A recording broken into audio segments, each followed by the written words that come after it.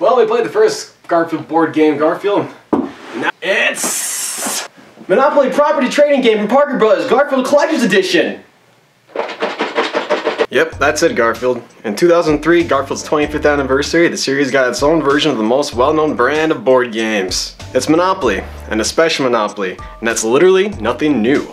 Garfield on the properties, Garfield on the fake dollar bills, Garfield on community chest, Garfield on the instructions. Something I feel is really cool is a little box insert. On it is a quote-unquote exclusive Garfield comic, and I'll admit, it's a little bit humorous. But like all special Monopolies, there's tons of tiny and very appreciated references to the subject matter thrown all over. The properties are all categorized into sections. The dark purples are OG Garfield, his favorite things are the light blues, fuchsia, the holiday specials, orange, his meanest qualities. For the reds, it's the places he likes to go, and his 3 pastimes make up the yellow. The green is main characters who can talk the talk, but it's the G-Man himself who walks the boardwalk. Income tax is stuck in a tree, and luxury tax is Monday blues. But the railroads are cookies, cakes, lasagna, and super sub, which I've never heard of before. And the utilities are TV Tabby and Droolful. Get it, Garfield? Waterworks. These aren't hotels and houses. No. The small ones are bakeries and the bigger ones are Italian restaurants. In Garfield, you'll never guess this, but it takes 4 whole bakeries to make one place that serves pasta with mozzarella cheese. But everything else, in the 4 corners, are the same. And so are the rules, even though it says in the pamphlet right there, there are special ones. There's not. Yep, that's all we could want out of this. Everyone knows that Monopoly has like 100 different versions based on freaking everything. There's another similar game called Garfieldopoly, but that's just different. Probably the most sought after parts of these branded games are the playing pieces, and we got 6 of them here for Garfield Monopolies, and we got 6 of them here for Monopoly Garfield Collector's Edition. The Garfield's food dish, the hamburger, the Garfield's bed, the Odie, the John, and the Garfield and Pookie. They all look quite nice and official with a good weight to them. Just another reason why anyone who is still a Garfield fan would give this board game the nod. Shall we get to playing?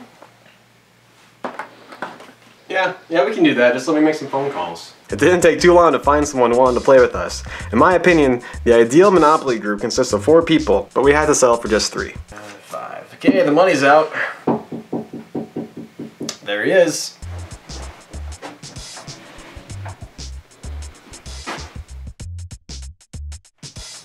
You're on! The 3 of us sat down and began the game. Garfield wanted to play as John for some reason, and the penguin chose the Odie figure. I went with the food dish, and we rolled to see who went first. On the second trip, as per the rules, Garfield was the first one to score a property, and he quickly had amassed a good collection, while the penguin kept on lining on the spaces that he bought, and I got stuck in the tree twice. Fuck! Now it turns out Garfield will make tons of offers for trades, but all of them will greatly favor himself. And the penguin is the type that sternly turns down every single one. Pretty much no matter what. Hey, no way. No! That trade sucks! With no property deals, the game was sluggish. We went around probably 7 or 8 times before I got fed up and accepted Garfield's crap, giving him the red Monopoly in exchange for all the railroads. I mean, cookies and lasagna and some cash. Trading someone control of the red spaces is usually a bad idea, but as Garfield had spent a lot accumulating his spaces, he didn't really have the money to build on them, not more than 1 house. I could catch him if he had a string of bad rolls, but of course, that didn't happen, and he soon got his first Italian restaurant, that he insisted was called Mama Luigi's. I'm not really sure what the penguin was trying to do. He wanted to be the banker, which is fine with us, but his properties are spread all over, and Garfield somehow talked him into giving him the remaining yellow space for the fucking utilities. I mean, geez. Garfield played him hard, and our polar avian playmate got messed up going through the reds. This began a disagreement between all of us about free parking and what happens to a player's mortgage props after they lose. The penguin and I know the correct way, which puts them all back in the bank and putting them up for sale again. But Garfield said they were his because his Monopoly is what took him out. Oh, no, it doesn't matter if he can pay you or not. You get all you can out of him and that's it.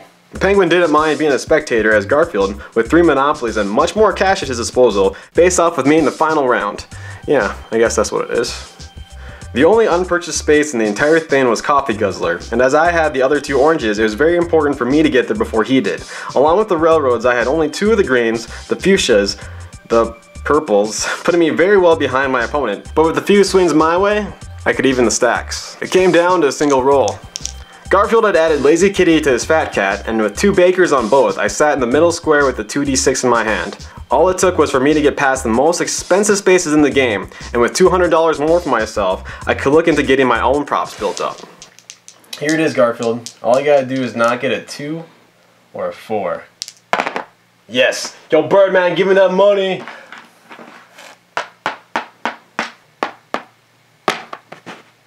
Man. The next roll, I got 12 and rolled again, getting double 4s to put me on Irma's Diner and Mama Luigi's.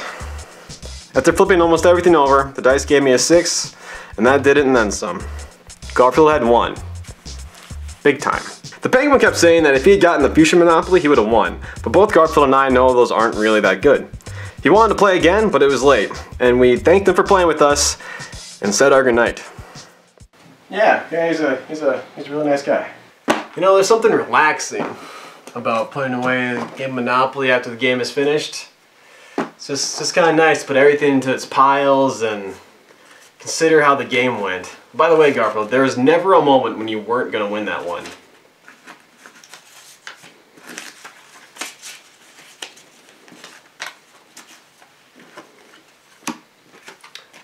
Whatever, man.